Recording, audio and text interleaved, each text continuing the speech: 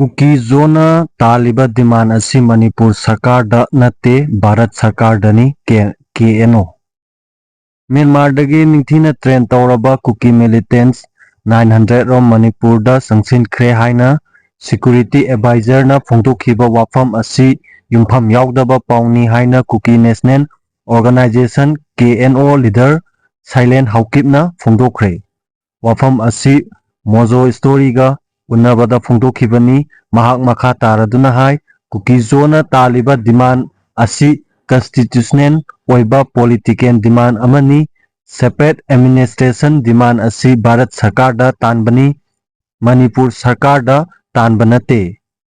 मसीगिदमक मपा लेबाक group सिगी मतेंग लौबगी मथौ तादे हाइना फोंदोखि cookie जोना सेवरेन cookie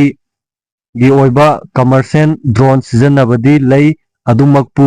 Baum थादबा ngamba advance ओइबा drone सिजनबदी लेते लेबाक असिगी एजेंसी अमना थिजिलबसु असुंबा अदुमक सबचाना खंगनी हाइखि असिगुंबा अरानबा वाफम कया संदोकपना अचाकपा मैदगी हाइजनबगा सब मानगनी मेजॉरिटी ओइरिबा फुरुपना मणिपुर असी मखोय खक्तेगी ओइना खली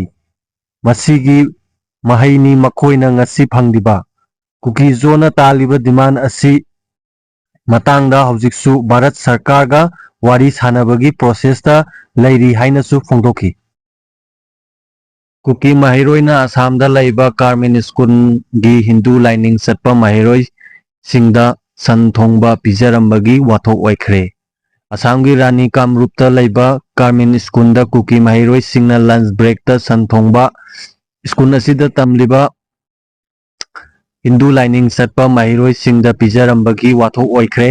हाइरिबा थौदोक असिगी मतंगदा था असिगी तांग 18 दा रिपोर्ट तौखिबा गा